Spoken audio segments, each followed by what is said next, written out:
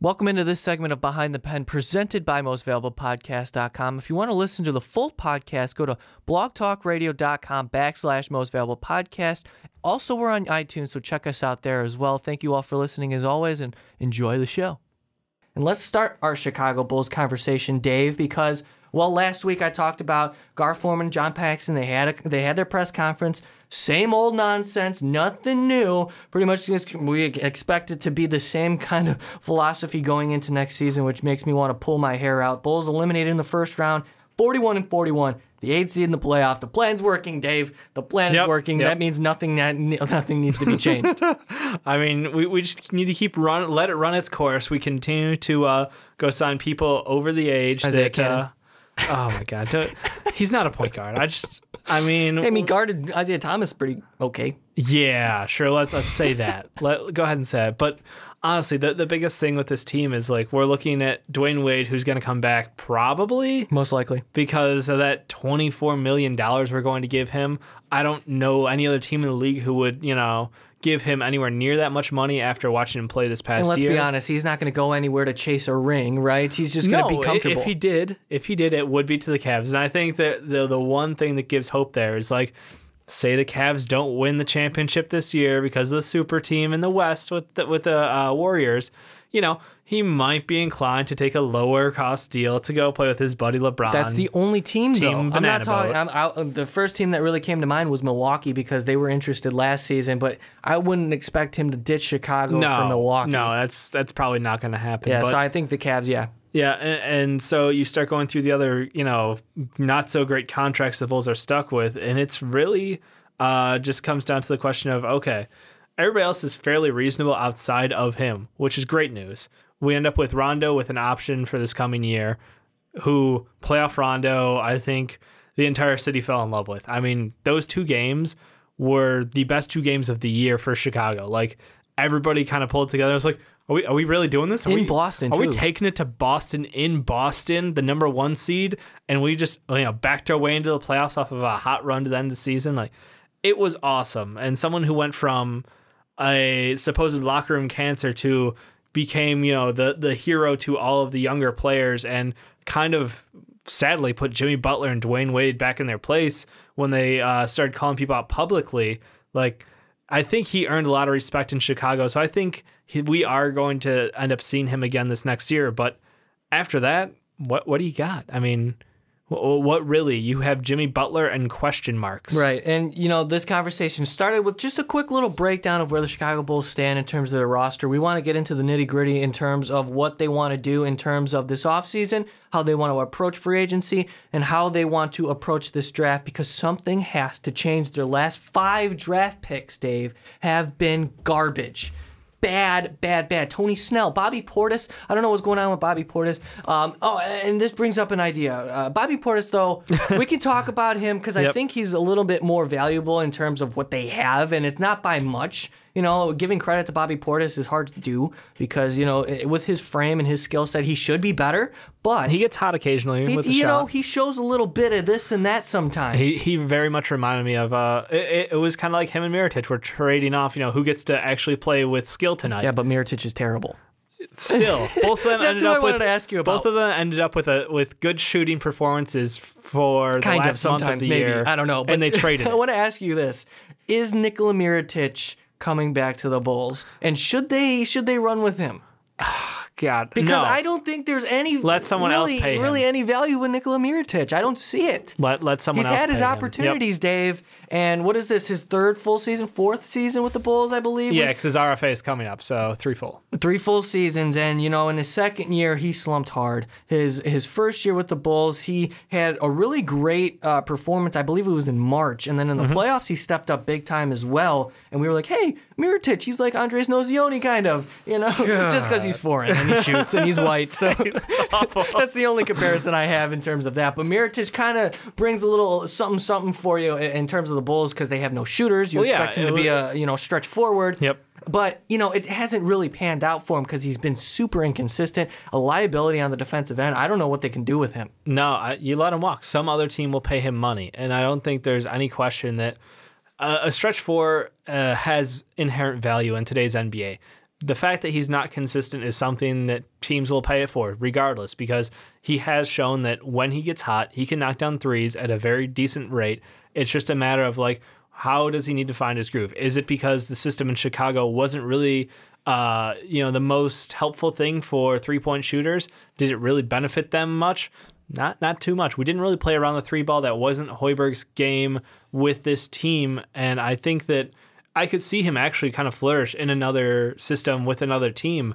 It's just that the other downside to him is his defensive ability, and on the pick and roll, he is just free money.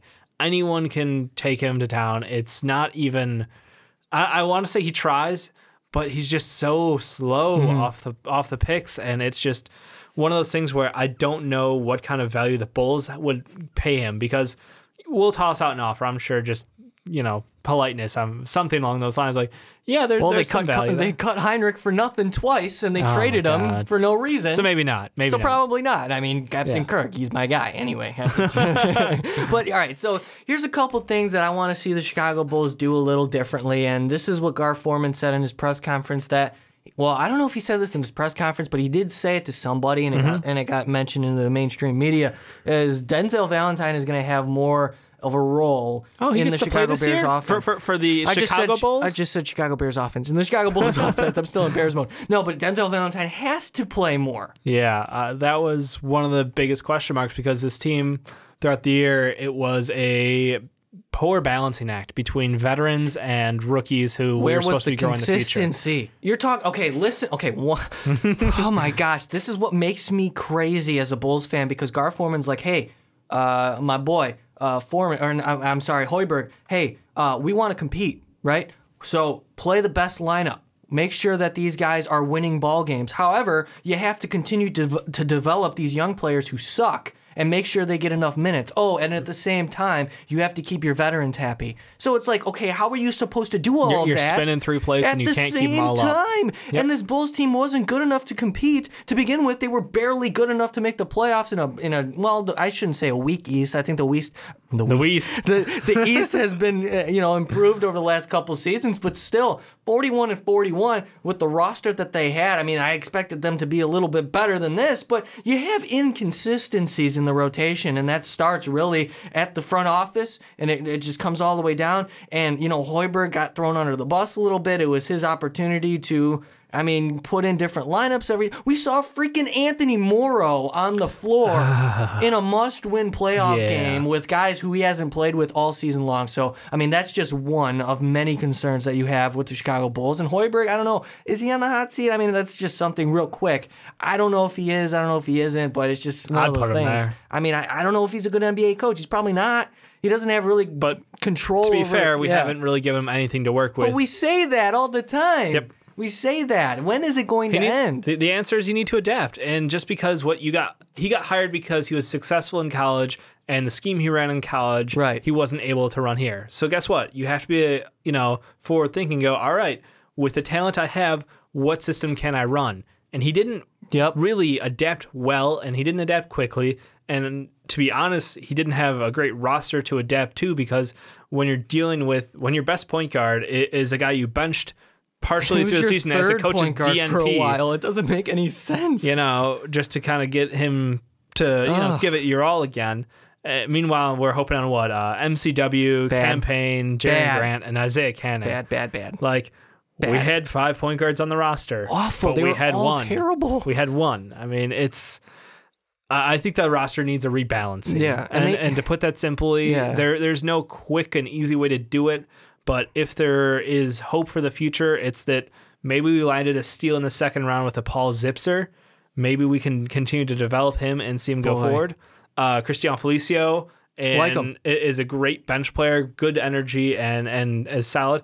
And we have Robin Lopez under contract for several years in the future on a very reasonable rate with the new contract rate going at this point. Yeah, and you need consistency. And when it comes in your 8, you want to look at your 8, right? You're starting 5, and then the 3 coming off the bench. And typically, it's a big man, a forward/shooter on the perimeter, and then your backup point. And what do the Bulls have? Nothing. Felicio, you mentioned, is there. I think Felicio is going to be the bench big. And then it's either Mirotic or Portis. Yep. which neither of us are happy about either of those guys. Yeah, no, and then they have 5 different point guards, plus they want to throw in Valentine as well as a possible point guard, of course, who can stretch the floor. But it's just all right. So let's go into it a little bit. I know we were rambling a bit, but we had to because can't help it. It's the Bulls, and they make us pissed off. Right now, I'm looking at Bleacher Reports because the lottery was yesterday, right? The draft lottery was 2 days ago. 2 days ago, and they determined the order and everything. Correct. Okay, so right now I'm looking at a Bleacher Report article that has the Bulls at 16 and taking Justin Patton, a Creighton center. How do you feel about that? Just as a mock, just real quick. Honestly, I'm not a huge fan of that. I think we need to. The problem is that there's such a drop off at point guard after you run through the initial couple. After Fultz, Ball, Frank, and Jackson. No, he's no. a 6'8" guard, though. Guard, no.